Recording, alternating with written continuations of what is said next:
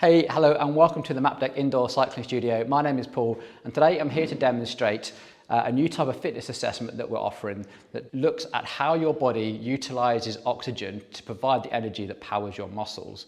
Now with this information we get a really detailed look at what limits your future performance in terms of the efficiency of your muscular, cardiac or pulmonary system. And today we're joined by someone from KCC to help us out and show you guys what it's all about. Hey Ben, thanks for joining us today. How are you feeling? I'm good, Paul. Thank you. Thank you for having me along. I'm looking forward to this.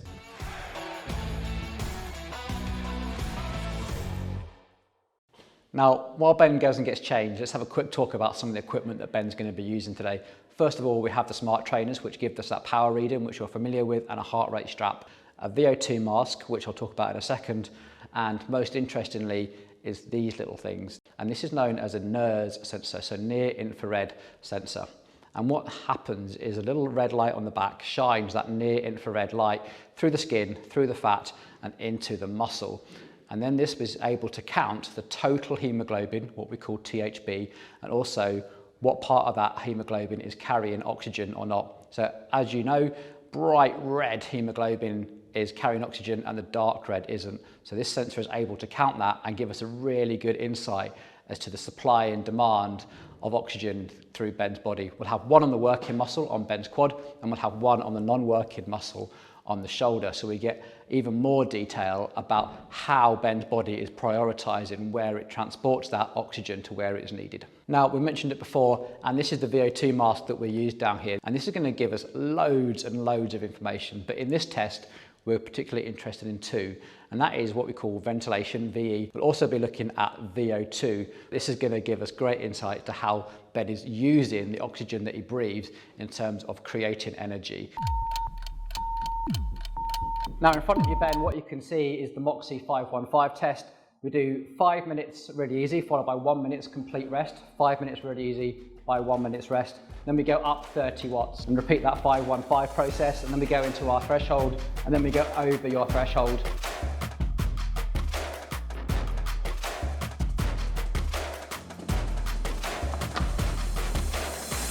Come on Ben, keep going. Okay Ben, sit up. Let me take the mask off. Nice one Ben, well done.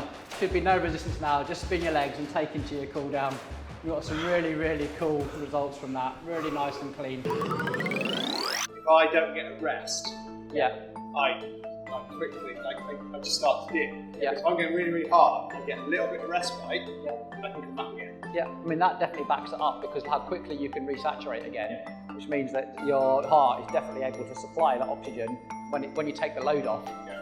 You know, So literally, sometimes I'm riding along and I'm on someone's wheel and I can't hold it and I drop. Yeah. And I do like 30 seconds recovery and I sprint back to the wheel. Right. That's all you need. I mean, I've actually done that like multiple times and it's just like, oh, okay, I don't. Whereas if I just keep holding it, it's just like grinding me down. And I think this visualises that, I think, for you as well. You can kind of see how quickly into that rest you manage to get oxygen back into the working muscle again, and how quickly you can manage to utilise it. Simon and Laurie, don't be watching this. Okay, let's get stuck into the analysis. First of all, let's throw up a 3-minute timer so that we don't get too carried away here. And first of all, let's have a look at the limiter dashboard. So we take all this data that we've got, we throw it into like a piece of software, and Moxie gives us this great visualization of what we're looking at. So this is a great starter. And what we're looking at here is a significant pulmonary limitation. Remember, not a weakness, this is a limiter. So if Ben is trying to train to improve his performance, this just tells us that this is where Ben is best spending his time focused on. Now this pulmonary limitation is shown up in this graph. Now what we are looking at here, first of all, sort of the light grey areas are the load steps of the actual test itself, that 515 pattern that we're talking about.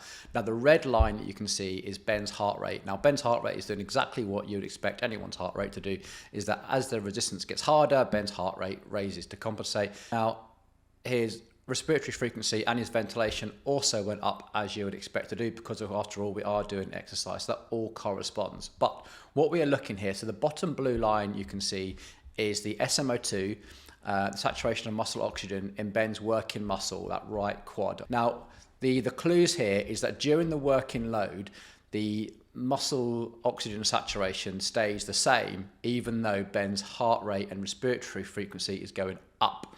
So Ben is trying to work harder to maintain the same level of oxygen saturation, which actually finds a state of homeostasis. Now, the good news here is that when the load comes off, Ben resaturates very quickly and that recovery starts instantly. We can see that here, and we can see that here, and that's instant recovery. Now, the other clue here is that Ben resaturates after every single rest to about the same level, about 74%. Ben has a maximum capacity of about 74% oxygen saturation in the working muscle. So if we're going to give Ben some training advice to take away from this test, what would that be? Well, the thing is, Ben has two opportunities to work on his pulmonary system in terms of how to ride. First off, you can work at a very aerobic capacity type of ride. So really, really, really easy riding. And we can use that VO2 mask to test where Ben's aerobic capacity is. The moment you go over it, your anaerobic system kind of kicks in and takes a little bit of the load off that. And as we know, if we want to train anything, we just overload it, give it a little bit of stress, and the body should adapt. The other opportunity we have to train a pulmonary limitation is right at the very hard scale of the intensity of a workout. And that is when we have got our anaerobic and our aerobic absolutely maxed out, what we'd often call VO2 training.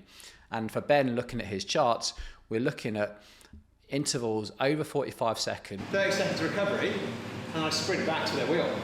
And probably looking at intervals of over 130 or even over 140% of Ben's FTP to really trigger that response. And we can use the Moxies in classes here at Mapdec or in private sessions to really help Ben focus on what intensity and what duration of interval is really going to help Ben with that training limitation. Now, I appreciate this is a very technical subject for a very short video. So as always, our doors are open. If you want to come down and have a chat to me or any other coaching team down here, we'd be really, really happy to show you around and have a chat about what we have to offer that might suit you. Okay, with all that in mind, over to you, Ben. Well done.